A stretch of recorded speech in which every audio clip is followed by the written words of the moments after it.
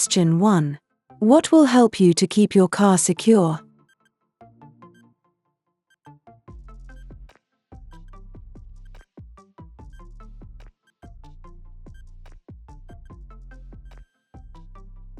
C. Registering with a vehicle watch scheme. The vehicle watch scheme helps to reduce the risk of your car being stolen. By displaying high-visibility vehicle watch stickers in your car, you're inviting the police to stop your vehicle if it's seen in use between midnight and 5 a.m. 52% people fail their theory test exam first time due to hazard perception test. Practice 44+ hazard videos licensed by DVSA 2024 by joining our membership. Let's get back to the video. Question 2. What does third-party insurance cover?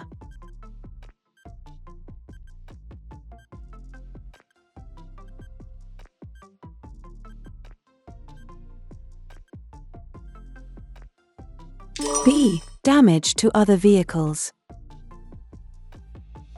Third-party insurance cover is usually cheaper than comprehensive cover. However, it doesn't cover any damage caused to your own vehicle or property. It only covers damage and injury you cause to others. Question 3. What should you do when dealing with this hazard?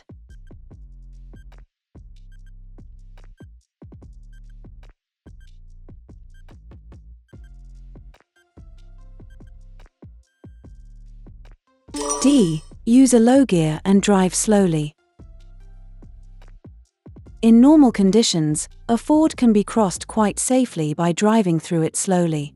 The water may affect your brakes, so when you're clear of the ford, test them before you resume normal driving.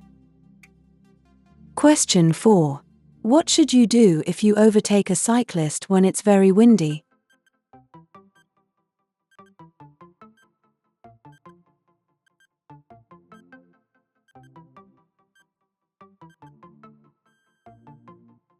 A. Allow extra room. Cyclists and motorcyclists are very vulnerable in high winds. They can easily be blown well off course and veer into your path. Always allow plenty of room when overtaking them. Passing too close could cause a draft and unbalance the rider. Question 5. What's the first thing you must do if you have a collision while you're driving your car?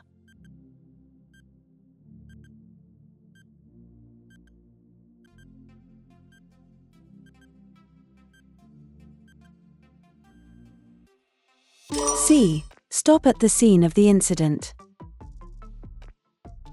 If you're in a collision that causes damage or injury to any other person, vehicle, animal or property, by law you must stop. Give your name, the vehicle owner's name and address, and the vehicle's registration number to anyone who has reasonable grounds for requesting them. Question 6. When may you cross a double solid white line in the middle of the road?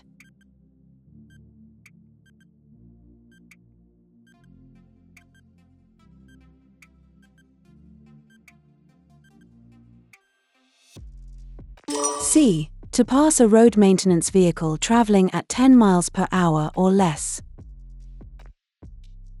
You may cross the solid white line to pass a stationary vehicle or to pass a pedal cycle, horse or road maintenance vehicle if it's traveling at 10 miles per hour or less. You may also cross the solid white line to enter a side road or access a property. Question 7. What should you do when you're approaching a bus that's signaling to move away from a bus stop?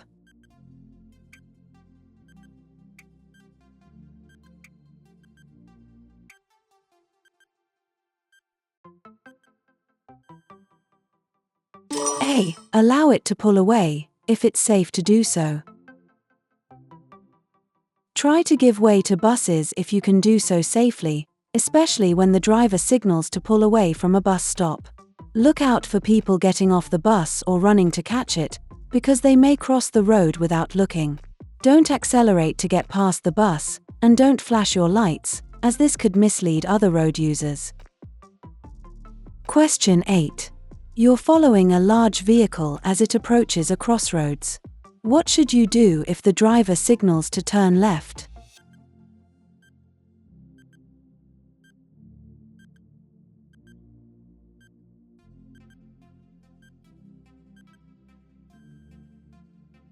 D.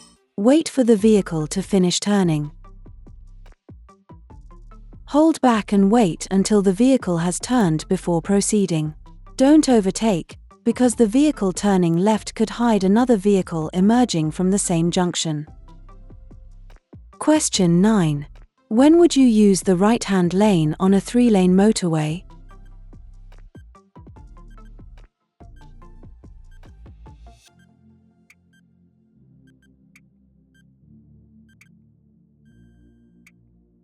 B. When you're overtaking. The right-hand lane of the motorway is for overtaking. Sometimes you may be directed into a right-hand lane as a result of roadworks or a traffic incident. This will be indicated by signs or officers directing the traffic. Question 10. What's the national speed limit on a single carriageway road for cars and motorcycles?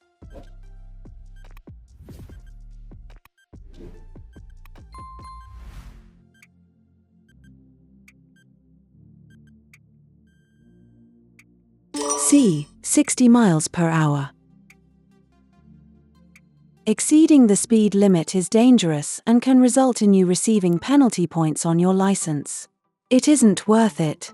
You should know the speed limit for the road that you're on by observing the road signs. Different speed limits apply if you're towing a trailer. Question 11. Where will you see these red and white markers?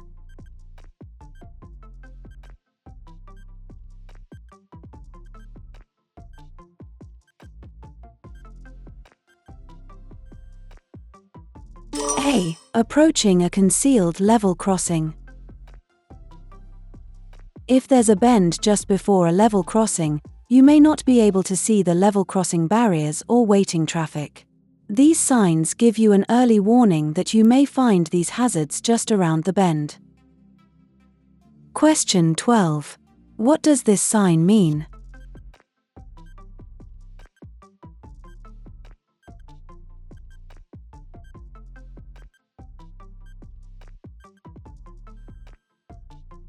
C. Two-way traffic straight ahead. This sign may be at the end of a dual carriageway or a one-way street. It's there to warn you of oncoming traffic. Question 13. You see this amber traffic light ahead. Which light, or lights, will come on next?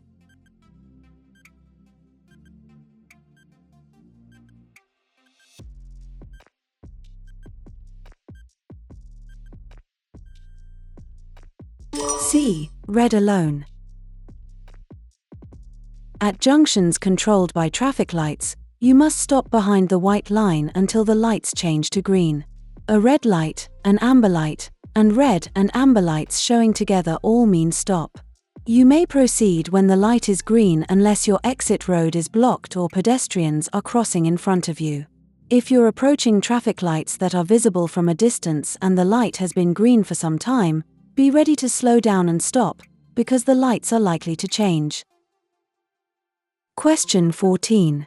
Why should you test your brakes after this hazard?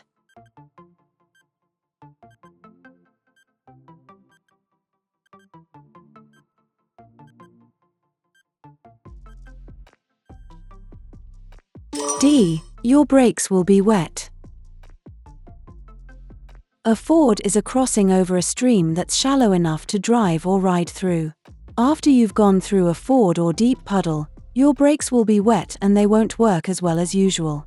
To dry them out, apply a light brake pressure while moving slowly.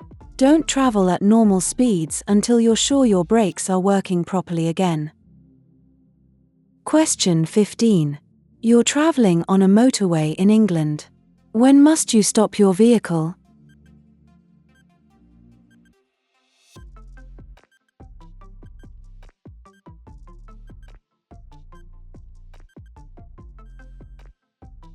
D. When signaled to stop by a traffic officer.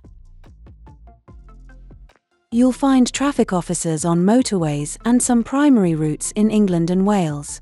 They work in partnership with the police, helping to keep traffic moving and helping to make your journey as safe as possible. It's an offence not to comply with the directions given by a traffic officer. Question 16. Who may use toucan crossings?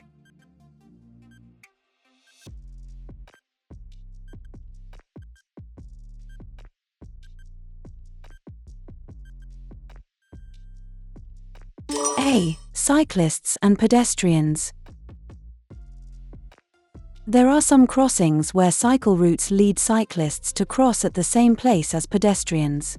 These are called toucan crossings. Always look out for cyclists, as they're likely to be approaching faster than pedestrians. Question 17.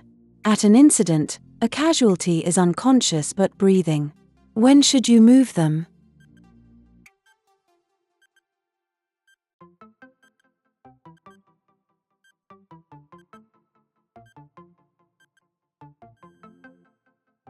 D. When there's a risk of further danger. Don't move a casualty unless there's further danger, for example, from other traffic or fire. They may have unseen or internal injuries. Moving them unnecessarily could cause further injury.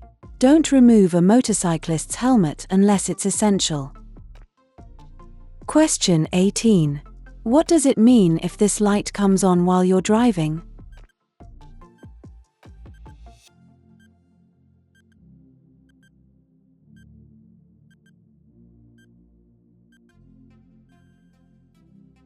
A. A fault in the braking system.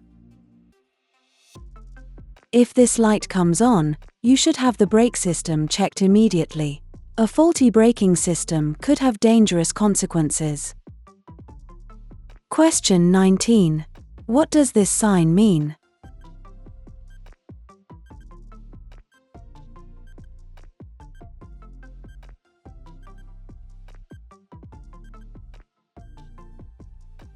A. Quayside or riverbank.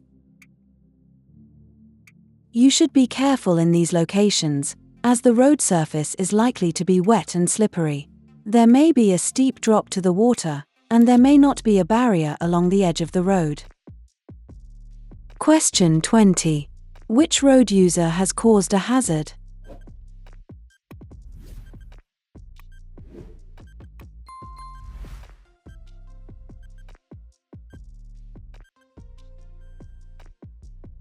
C. The parked car, arrowed A.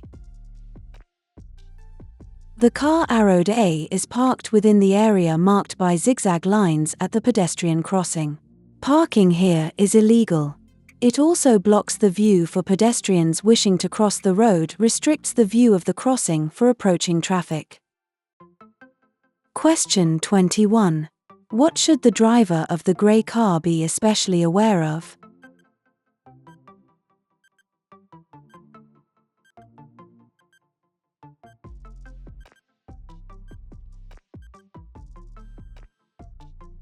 A. Doors opening on parked cars. When passing parked cars, there's a risk that a driver or passenger may not check before opening the door into the road. A defensive driver will drive slowly and be looking for people who may be about to get out of their car. Question 22. What should you expect if you see this sign ahead?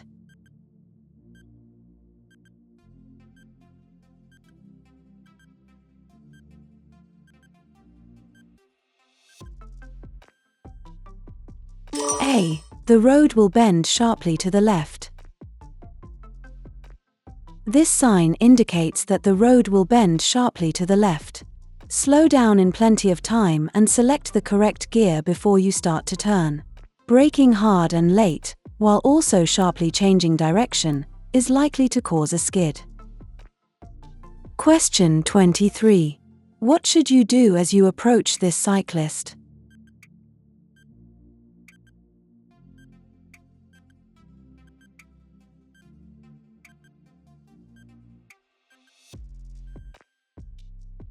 C. Slow down and allow the cyclist to turn. Keep well back and give the cyclist time and room to turn safely. Don't intimidate them by getting too close or trying to squeeze past. Question 24. What should you do if you want to turn left at a junction where pedestrians have started to cross?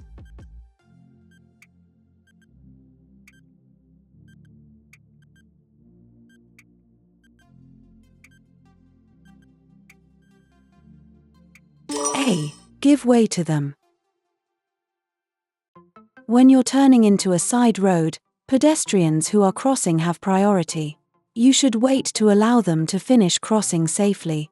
Be patient if they're slow or unsteady. Don't try to rush them by sounding your horn, flashing your lights, revving your engine, or giving any other inappropriate signal. Question 25. Which sign means there will be two-way traffic crossing your route ahead?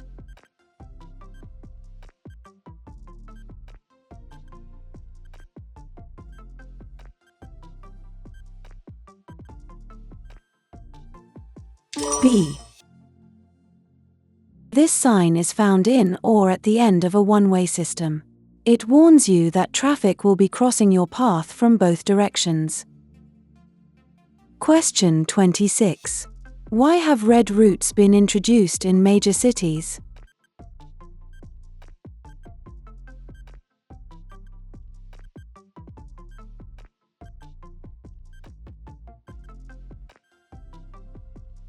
B. To help the traffic flow. Inconsiderate parking can obstruct the flow of traffic and so make traffic congestion worse. Red routes are designed to prevent this by enforcing strict parking restrictions. Driving slowly in traffic increases fuel consumption and causes a buildup of exhaust fumes. Question 27. Which vehicle should you allow extra room as you overtake them?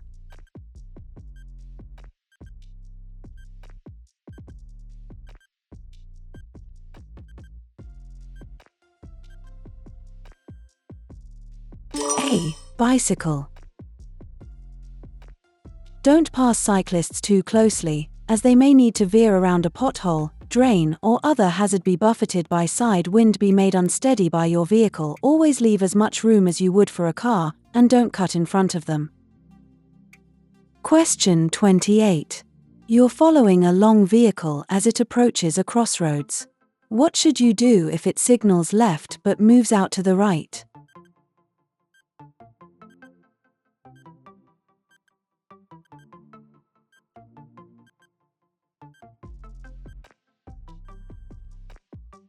D. Stay well back and give it room. A long vehicle may need to swing out in the opposite direction as it approaches a turn, to allow the rear wheels to clear the curb. Don't try to filter through if you see a gap. As the lorry turns, the gap will close. Question 29. What do these motorway signs mean?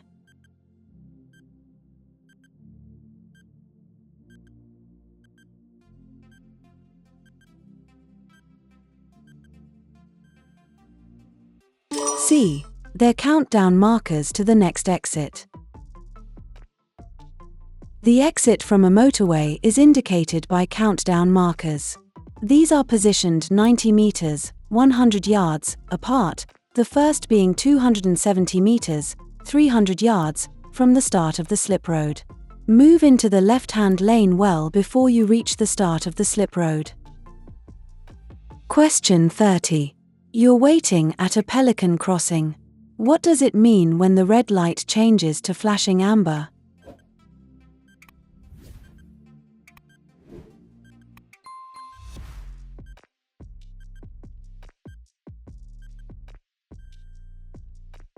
B. Give way to pedestrians on the crossing. This light allows pedestrians already on the crossing to get to the other side in their own time, without being rushed. Don't rev your engine or start to move off while they're still crossing. Question 31. What does this sign mean?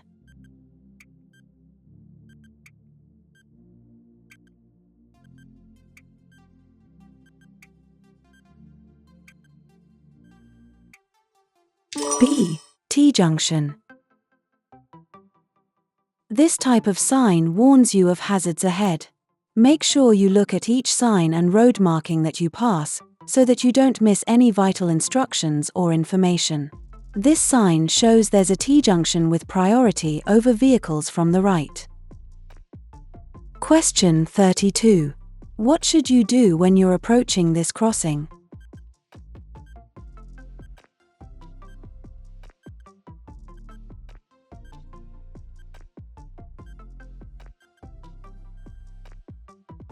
B. Prepare to slow down and stop. Be courteous and prepare to stop. Don't wave people across, because this could be dangerous if another vehicle is approaching the crossing. Question 33. Why is it more difficult to overtake a large vehicle than a car?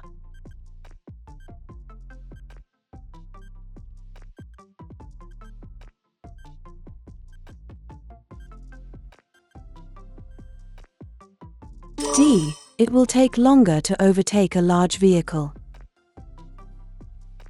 Depending on relative speed, it will usually take you longer to pass a lorry than other vehicles. Hazards to watch for include oncoming traffic, junctions ahead, bends or dips that could restrict your view, and signs or road markings that prohibit overtaking. Make sure you can see that it's safe to complete the maneuver before you start to overtake. Question 34. You're approaching traffic lights and the red light is showing. What signal will show next?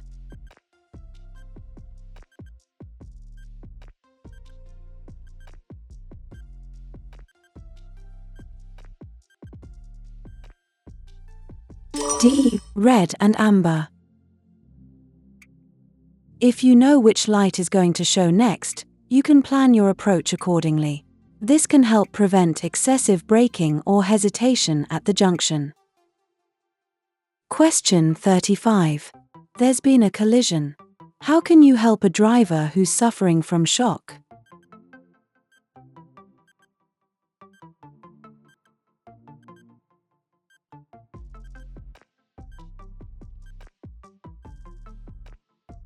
D. Reassure them confidently.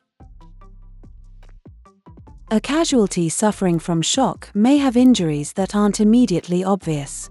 Call the emergency services, then stay with the person in shock, offering reassurance until the experts arrive. Question 36. What should you do when you're using a contraflow system?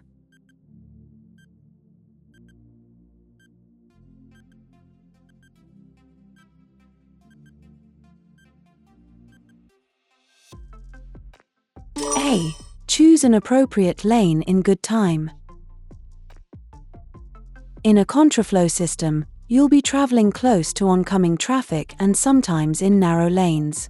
You should get into the correct lane in good time, obey any temporary speed limit signs and keep a safe separation distance from the vehicle ahead. Question 37. You're on a motorway. A lorry has stopped in the right-hand lane. What should you do when you see this sign on the lorry?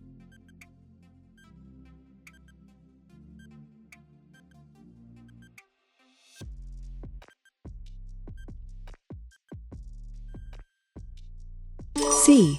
Pass the lorry on the left. Sometimes work is carried out on the motorway without closing the lanes. When this happens, signs are mounted on the back of lorries to warn other road users of the roadworks ahead. Question 38. You're about to start a journey in freezing weather. What part of your vehicle should you clear of ice and snow?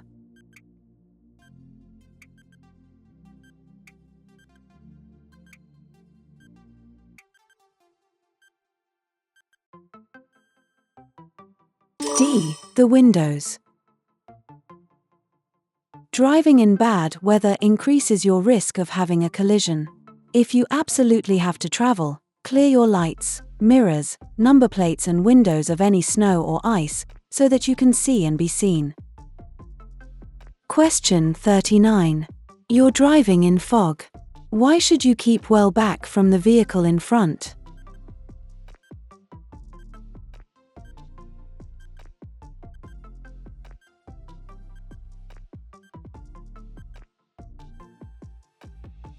B. In case it stops suddenly. If you're following another road user in fog, stay well back. The driver in front won't be able to see hazards until they're close and might need to brake suddenly. Also, the road surface is likely to be wet and could be slippery. Question 40. When should you use the left-hand lane of a motorway?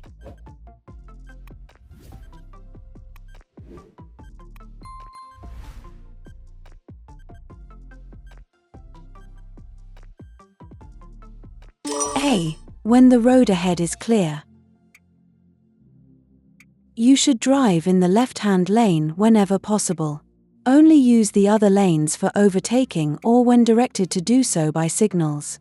Using other lanes when the left-hand lane is empty can frustrate drivers behind you. Question 41. You're driving a vehicle that has anti-lock brakes. How should you apply the foot brake when you need to stop in an emergency?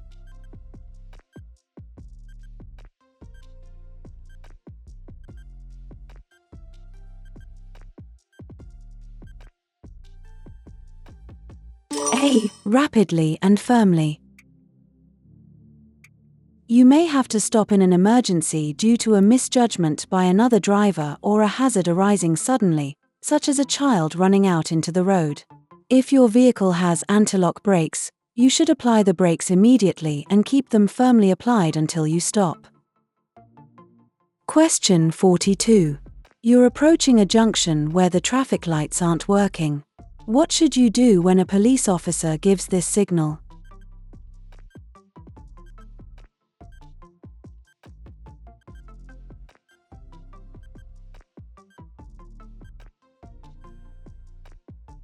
D. Stop at the stop line. When a police officer or traffic warden is directing traffic, you must obey them. They'll use the arm signals shown in the highway code. Learn what these signals mean and obey them. Question 43. Why should you check for motorcyclists just before turning right into a side road?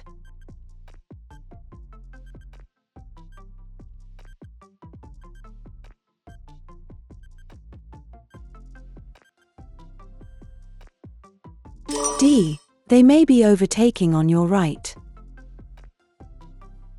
Never attempt to change direction to the right without first checking your right-hand mirror and blind spot.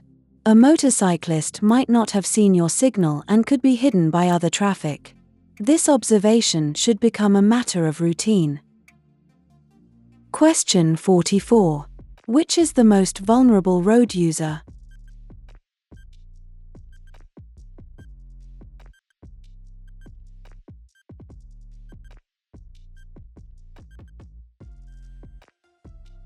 C. Motorcyclist. Pedestrians and riders on two wheels can be harder to see than other road users. Make sure you look for them, especially at junctions. Effective observation, coupled with appropriate action, can save lives. Question 45. You're approaching a roundabout. What should you do if there are horses being ridden in front of you?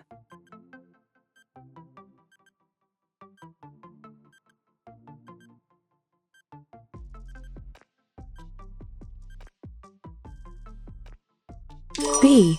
Give them plenty of room.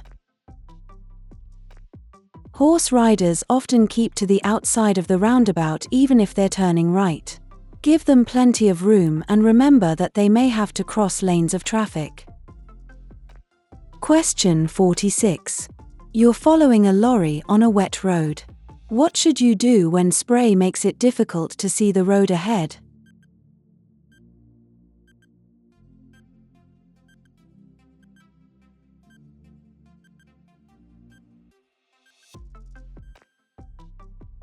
A. Drop back until you can see better. Large vehicles can throw up a lot of spray when it's wet. This makes it difficult for drivers behind to see the road ahead. You'll be able to see more by dropping back further, out of the spray. This will also increase your separation distance, giving you more room to stop if you have to. Question 47. When may you wait in a box junction?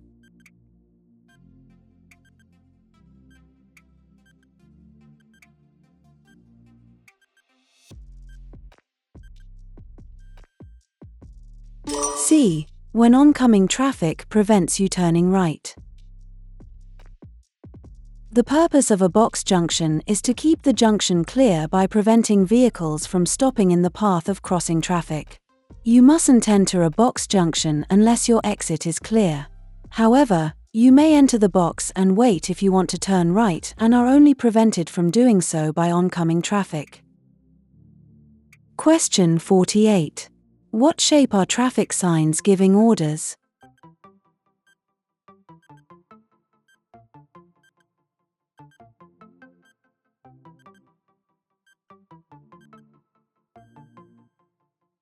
D. Road signs in the shape of a circle give orders. Those with a red circle are mostly prohibitive. The stop sign is octagonal to give it greater prominence. Signs giving orders must always be obeyed. Question 49. Why should you switch off your rear fog lights when the fog has cleared?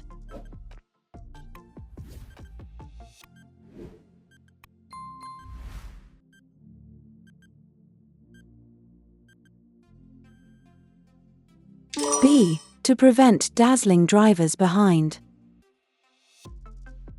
Don't forget to switch off your fog lights when the weather improves.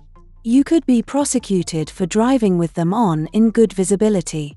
The high intensity of rear fog lights can dazzle drivers behind and make your brake lights difficult to notice. Question 50. What does this sign indicate?